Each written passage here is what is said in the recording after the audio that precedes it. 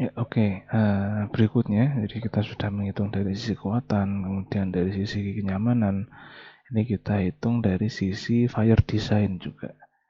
Karena memang seperti yang saya bawakan di awal dulu, sebenarnya secara sejarah itu komposit ini ditemukan karena mau melindungi baja dari api gitu. Jadi pasang beton. Nah, ternyata meningkatkan kekakuan dan kekuatan. Jadi sekalian aja didesain. Tapi tentu harus dikembalikan juga ke fungsi awalnya. Fungsi awalnya adalah fire protection ya. Nah, di sini sudah ada step by stepnya. Untuk kesempatan saat ini saya tidak akan membahas secara mendetail, hanya saja saya ambilkan cuplikan-cuplikannya saja. Ini ketika kita menghitung untuk fire protection, maka dia dihitung untuk menahan api dalam waktu 60 menit. Gitu. Nah, kemudian nanti disambatkan koefisien-koefisien itu. Nah, oke. Kesimpulan dari example problems yang kita bicarakan dari mulai awal, dari mulai persoalan sampai yang terakhir adalah fire design. Walaupun fire design-nya tidak saya jelaskan, nanti bisa dipelajari sendiri atau mungkin saya buatkan penjelasan di kesempatan yang lain ya. Nah, ini beberapa kesimpulannya. Yang pertama yaitu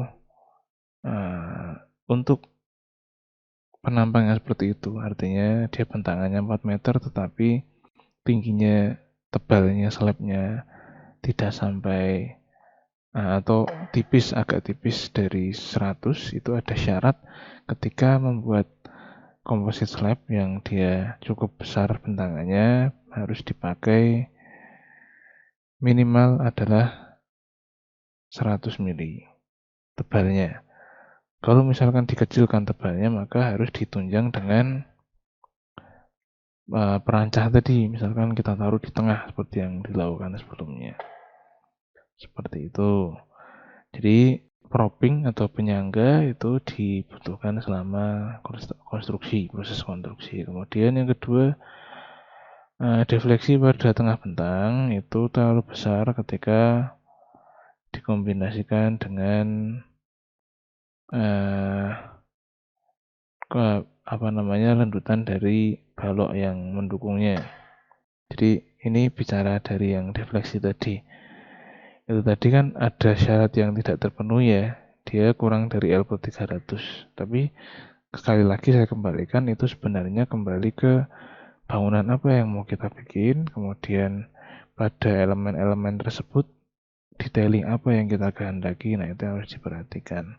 Kayak misalkan bentuk plafonnya mau seperti apa, gitu-gitu. Nah, itu ada efeknya juga terhadap struktur ya, karena itu tadi kan barang-barang itu kan ditumpukan pada slab lantai yang dari beton itu.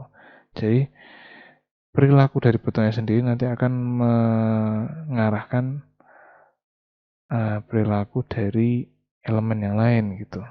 Misalkan platnya lantai melendut, maka otomatis nanti plafon yang di bawahnya dia akan melendut juga, padahal tidak nempel gitu.